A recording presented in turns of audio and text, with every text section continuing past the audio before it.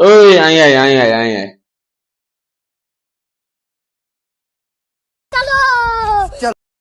બોલો ની શેઠ. આ વખતે આપણે હીરામાં 10 પૈસા ઘટાડવાના છે ભાઈ. કેમ શેઠ, આ વખતે વરના ગાડી લેવાનો વિચાર છે કે હું દિવાળીએ? લે તને કેમ ખબર? ખબર તો હોય ને શેઠ. ઓલી વખતે દિવાળીએ તમે 5 પૈસા ઘટાડીને બુલેટ લીધું હતું ને આ વખતે 10 પૈસા ઘટાડ્યો છે એટલે મને એવો અંદાજ આવ્યો કે તમે આ રીતે વરના ગાડી લેવો. ઓય અહીંયા અહીંયા અહીંયા